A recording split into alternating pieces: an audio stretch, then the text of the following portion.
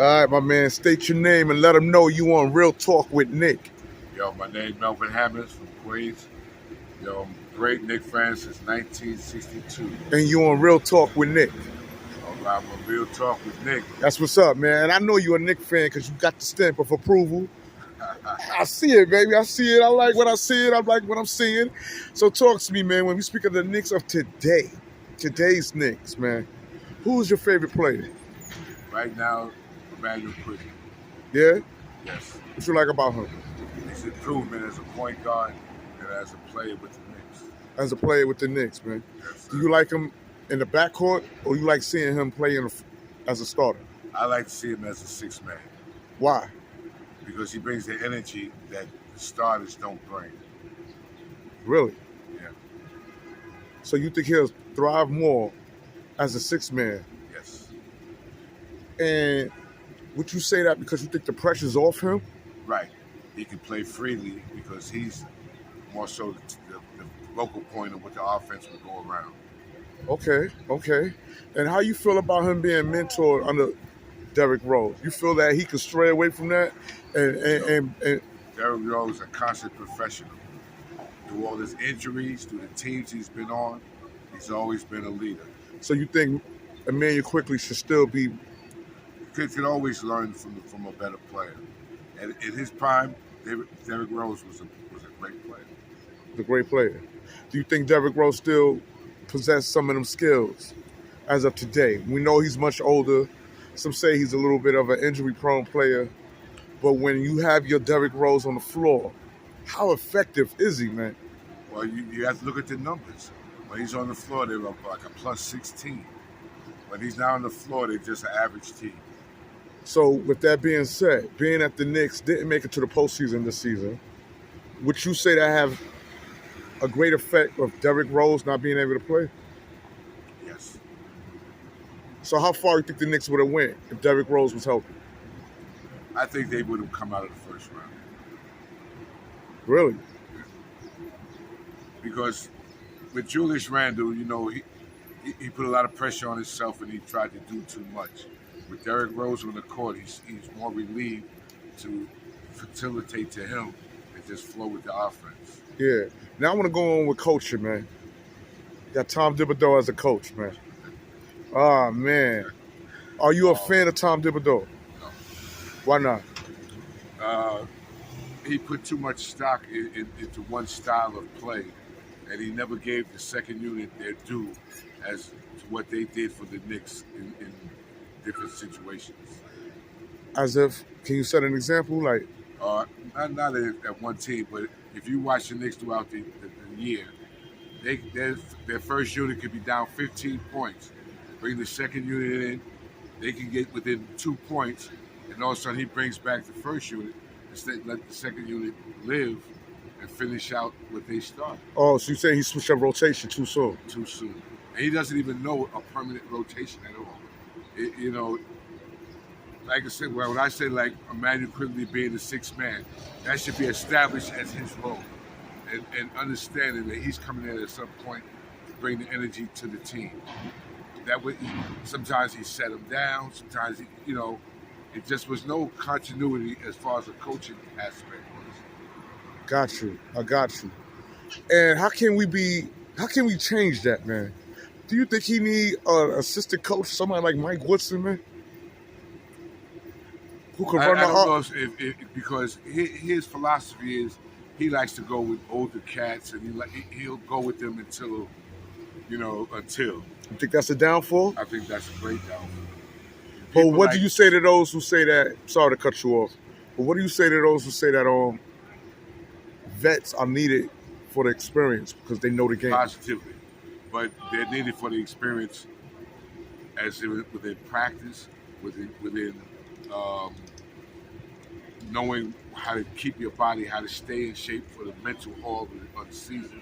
Those are what vets are supposed to do for the young, because these are young guys like you and I coming out of the street. Right. They're playing ball, but the aspect of being a professional is a different thing. Come from college to the pros, and when people come with you with a man's expectation, this is what you have to perform to do. As a young man, you take that listen, I got my money. And a Right. pro will teach you, listen, there's 1,000 guys that can do this, but you got the opportunity to do it on this level. Be humble and learn. So what do you say to somebody like Julius Randle, who's somewhat of a vet? He's like mid-crisis. Randle, I mean, he ain't no rookie. I mean, he been in the league, what, 7 years? he has to augment his game and learn what it is. You know, when I watched him with LA, he ran to the post and he worked from there. With the Knicks, he lags up court and then takes a three-pointer. That's not his game. I think he's a better post player than a perimeter. He's got to be a better perimeter shooter, but that's not his strength. So basically, you saying that he need to be more on the post. I believe so. Stop taking them outside of threes, man. If it comes within a flow of offense, yes. But for you to get a rebound, dribble the ball up court, and take a three-pointer, What do you say to those who say that Julius Randle's playing like a point guard? Would you agree? yes. And that's his downfall. Like Well, that's the coach's fault. why you put that on the coach?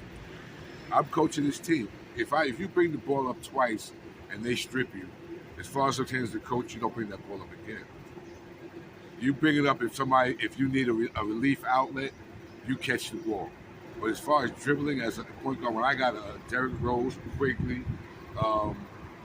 what's the other point guard? Quentin? Quentin, not even Quentin, the starting point guard, the two guard. He's a defensive guy. Took my art. No, Oh, shit. you got RJ. Not Now all. RJ, you got He comes off the bench now. took my Evans Fournier. Even though he's not a ball handler, you got better ball handlers that you can relate to than to have Julius Randle taking the ball out and dribbling it up court. Right. You know, that's just I'm an old school. I'm 65 years old, so So when we speak of Evan Fournier, being that you brought him up, man, some feel that Evan Fournier should be in the second unit because he's a liability on defense. well, to be perfectly honest, they need to find a new team for Evan Fournier. For that team, there's a spot that he's filling that could be taken up by someone that could do the job a little better. Not that he's a bad ball player. As a shooter, he can get on the streak and win a game.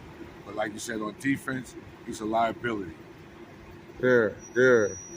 So wow, man, he's a liability when we speak on defense, man. And we all know that defense wins games. That's what they say. So we all figure that Tom Thibodeau would be the coach because he's defensive minded when we speak of the game of basketball. And I had the Knicks last year in the 4th seed. And I guess Knicks fans took that like a little mini championship, man. We was happy, man, to see the Knicks. We're happy to see them in the playoffs in any condition. Right. You know, but as you saw, they let one man beat them a whole series. And that man goes by who? Trae Young? The Iceman. The Trae Young. The Trae Young. Now, why is that? What made the Knicks fall apart, man? Because we was cracking them all season long. All season long, we was cracking the Atlanta Hawks. Then came to the postseason, we fell apart. What makes the game so different? Well, man? he did rely on the second unit. If you watch that series, no matter how good Atlanta played, that second unit always brought them within the reaching point of any game. But Thibodeau, in his philosophy, he starts with his starters and he finishes with his starters. Damn. So are you saying, sir, we need to get rid of Tom Thibodeau? We're not going to go nowhere with him? My personal opinion would not. My personal opinion, bring Mark Jackson in. Oh, shit, man. Everybody talking about Mark Jackson, man. I'm a New York kid, and he's a New York product. And I think that he brings, from the analytic point of view of basketball, he has knowledge. From a ball player's point of view, he has experience. Okay. And that's what you think he got over Tom Thibodeau? Yes. He got the coach and the player's perspective. Yes.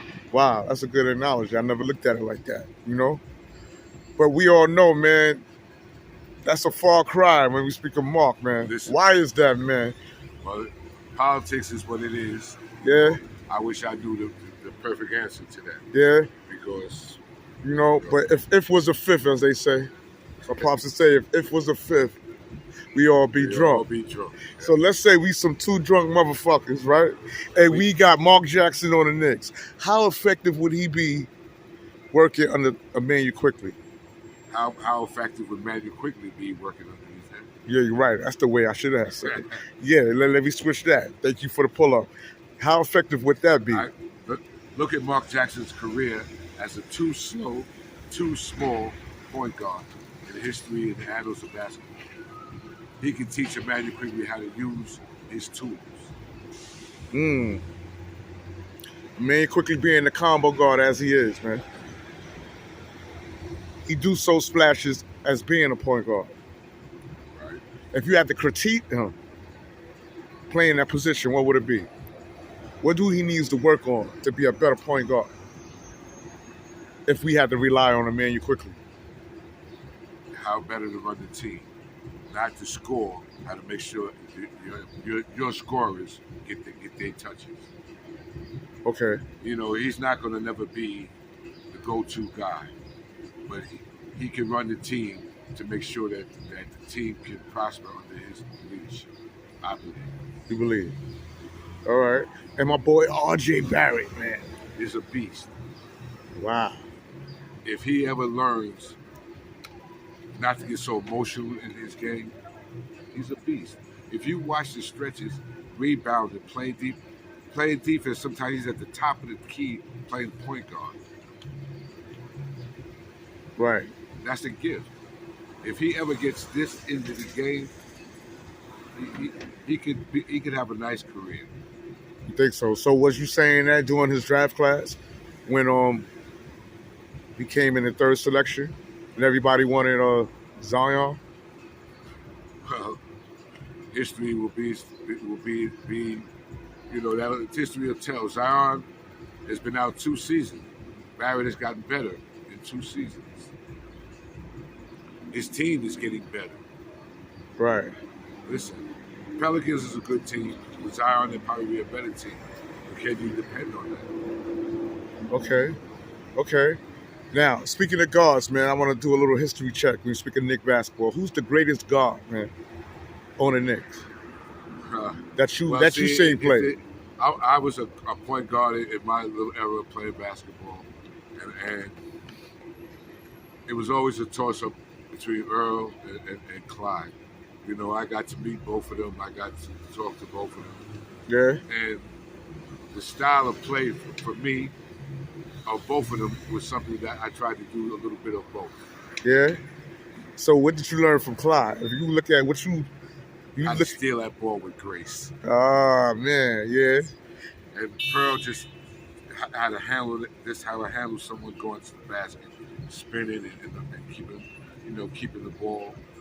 Those are the things that I learned watching them. I read up on Clyde one time, man. He was talking about the days of him playing against Earl Pearl and how grateful and happy he was to see him become a Knick. Because he said he used to have nightmares, man, before the games when he knew he had to play against them when he was on the Washington Bullets, man. It was listen, between Earl and Phil Chenier, Clyde had his hands full. He had his hands full, man. Had his hands full. So what do today's Knicks got to do to get a glimpse of that greatness that we once experienced, man, in the 70s with these Knickerbockers? Like, what's missing? I don't know if it's so much the players, what they have to do, but for me, the Knicks have to embrace being what the Knicks were, a hard-nosed defensive team that played as a team. There's no star. Everybody's starring in the game, whatever game it is. Everybody's starring. Everybody's starring. Okay, now we want to talk about players when it comes to the contracts. Your boy Mitchell Robinson, he's an unrestricted free agent. Please find a way to pay that man. Think he's worth the money he's asking for? Please find a way to pay that man. The Knicks how many teams you have that have a big man that can block shots? He's not an offensive threat, but he can at least catch the ball and rebound. Right. You got enough scorers around you. You catch the ball, rebound, and play defense. You can't. You, look what he did in the course of a game when the Knicks were not playing well. Right. And his backup is not even bad either. You know, you have two guys. He may not bring you to the promised land, but he ain't gonna drag you down. They ain't gonna drag you down, man. I hear you. I hear you. So you said re-sign Mitch. I 100% agree. Okay. And you see the improvement in Mitch from Yes. him fouling out of the game prematurely, you know? Making silly plays. You know, he grew up from that. And I hate to cut you off, but I'm making breakfast with my dude. All right, and closer, man, real quick. Obi Toppin, man. Should we All-Star next year. All-Star next year? All-Star next year. Thibodeau give him the opportunity. He's an all-star next year. And that's what it is, man. Listen, man, get your grub Peace and on, love, man. my dude. And that's what it is, man. Peace. We out. Right.